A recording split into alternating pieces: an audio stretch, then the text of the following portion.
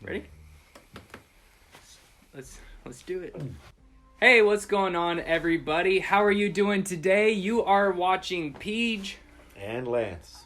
And well, we are not Tent Talks, but this is Tent Talks. I should have reworded that whole thing. It is how it is. So we had a super good week this week. I don't really know what news happened. Do you know? Anything happened? Well, I think that churches are now starting to meet in person, and folks are wondering, when is Change Point Kotzebue going to meet in person? You know, the answer is we're just going to kind of hold off and wait, because we'd hate to start and then have to shut down again and start, shut down. So we're just going to hang on until things get a little bit more stable. We're looking forward to it, though. I'm taking a trip down to Colorado this next week just for one day. I'm flying in, I'm selling my car, and I'm flying back, getting out of Dodge. Yeah, we got a good episode for you guys today. When it comes to growing in God and Christian leadership, I think one thing that all leaders have in common is that they read books. Mm-hmm. Gotta read books. And we're not talking just the Bible, even though that is, if you watched our last video, you know that we strongly believe that the Bible's important. Gotta have that thing, right?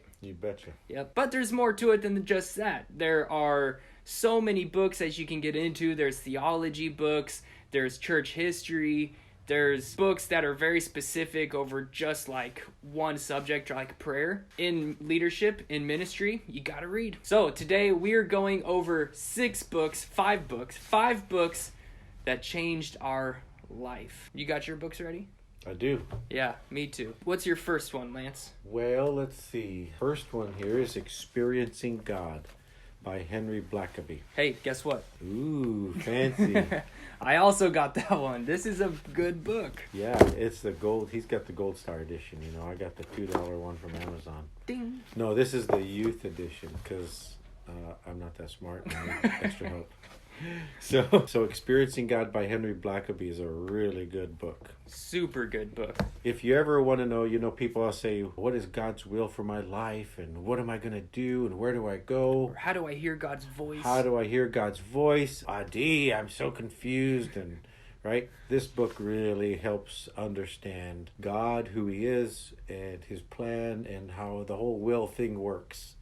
So it made a lot of sense, and has been kind of a real good scaffolding in my life and Karina's life. And there are a lot of changes in life, and you have to constantly say, Lord, what are you doing, and how can I adjust my life and join you in your work? That's a major shift in thinking from ourself to God. I think the biggest takeaway, and we say this all the time, if you guys watch any of our videos, our church videos or whatever, you will always hear us say to see where God is working and come alongside of him. And that's from this book, right? It is. Yep. I'm going to be putting links down below in the description box if you're watching this on YouTube. So go down there and click on these links if you want to get this book. I'll make it easy for you. So go do that. The first book that I got, Lance and viewers, Letters to the Church by Francis Chan. This is a newer one, I think. It's only maybe 1 or 2 years old. I don't know. It could be.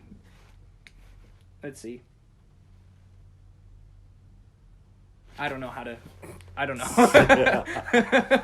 Anyways, I can't tell. It's in there somewhere. But anyway, Letters to the Church by Francis Chan. Dude, that guy is a G. I love Francis Chan. This book is super good. It's just, if you don't know about Francis Chan's life, he was a mega church pastor. Like a huge pastor. And he totally stepped down out of the church. Why are you laughing? Okay, go ahead. Start again. Man, you're making me hot with the laugh. Francis Chan was a mega church pastor, and he stepped down out of being a mega church pastor into just doing house church stuff. This is a lesson. These are things about what he's learned during that process and things that he's seen happen in the church that a lot of churches could fall into the same patterns. So even if you're not a pastor or a church leader, this book can open your eyes to a lot of stuff. My second book is called The Tangible Kingdom by Hugh Halter and Matt Smay. Very good book about how to make the kingdom more tangible to the people around around you. And of course, tangible means like you're able to touch something, grab it, feel it, right? And so a lot of times, because of the Christian life, the kingdom isn't very tangible to outsiders. Like they just don't get it, right? But this book helps us understand how to live in such a way that when people see us, the kingdom will be tangible to them. They'll be able to see it, feel it, and they'll say, I want that. If you could have one major takeaway from that book, what would it be? It really put scales off my eyes and helped me to see the church for what it really is and what it really could be. What it could be. That's probably super important. Have you based a lot of what we do in our church off of what you learned in there? Most definitely. Wow. Yes.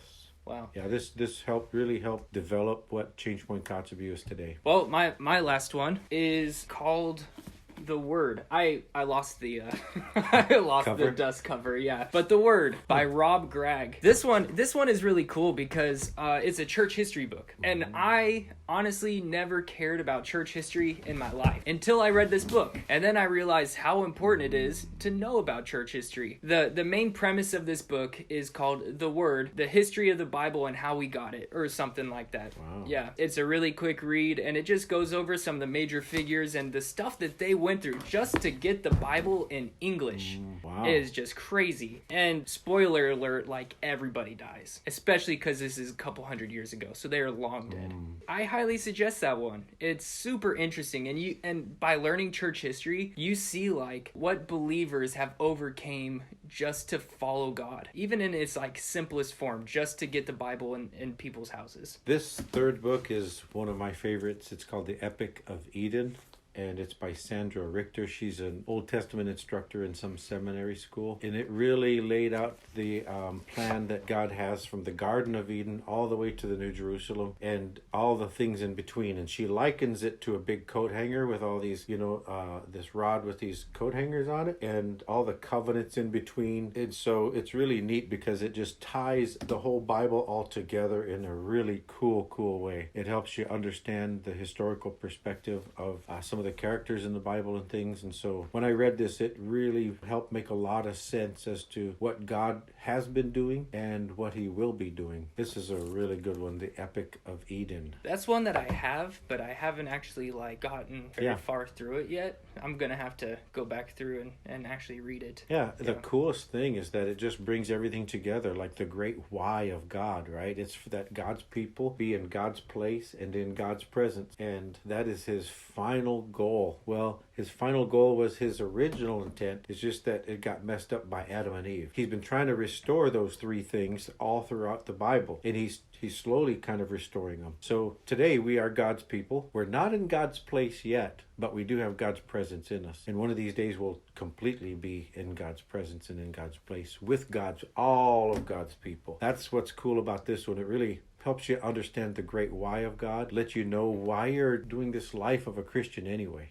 Back to this one again. I got this one from an Indian friend of mine, and I was at a conference, I think it was in Palmer or something like that. I was sharing some of the issues and concerns I had with the church at that time, and this fellow says, oh, you got to get this book. He actually, gave me this book, and man, I'll tell you what, it just knocked my socks off, dude. This rocked my world. Pretty cool. Tangible Kingdom by Hugh Halter. If you guys are watching this, like I said earlier, I'm going to put all of these links in the description box. So go down there, click those links, get some of these books. I think if you were to start with one, my suggestion would be Experiencing God. I don't know. What's your suggestion? Yeah, there's this youth edition right here. It's called the Student Edition by Experiencing God, and it is really cool. It's very helpful. It's got things that you scripture memory things, and what you've learned, each section, each chapter. It's just very easy to understand and work through. So, and they have the revised and expanded edition for us scholars. I'm a scholar. Don't forget, if you're watching this on YouTube, hit that subscription button if you want to hear more about just these stuff. We do these tent talks every week. Actually, it's been every other week, but we're getting into every week. Give us a subscription. Hit the bell if you want to be notified for whenever we do post our weekly videos. You can just watch them right away. And what are some of your guys' favorite books? What have you read that has changed your life? Besides Winnie the Pooh. And Winnie the Pooh, yeah. Jungle Book. I never even read those. I just watched them. Yeah. I mean, Coco always says she doesn't read books because she doesn't want them to ruin the movies. You know, I never used to be a book reader, dude, because, you know, all throughout school, I don't know, for some reason, man, when I read, like, my eyes just get so tired and then I fall asleep, dude. It's like doing yoga or something. Like, I can't do yoga. I can sit there and, like, for a minute or something, and the next thing you know, I'm just on the floor breathing and sleeping, and I wake up, whoa, what the heck? And the video's still on. It's just like that with reading, you know. I just get tired and I'm just, and so I never used to be a really avid reader in school. In college, it was I read the very first book cover to cover, and you know what book it was? Clifford. No, close. Oh. Alaska Bear Tales. Oh, man. Because it's, you know, all these gory things. Oh, my eyeball popped out and my guts were hanging and I was running and my hip boots were full of blood and squishing. And I'm like, yeah, man. And that was the first book I've ever read cover to cover. I was thinking, I could do this reading thing without falling asleep if it was interesting, right? And so, of course, as I became a pastor and I started running across some of these books and things, I realized that because you're passionate about something, you can read something and you will read something. I'm still not the craziest avid reader these days, but these kinds of things I will go through because it just piques my attention and piques my attention. So you'll find things that you're going to be interested in and then things that are not. And those books will sit on the shelf and they'll get dusty. It's okay. Don't feel guilty.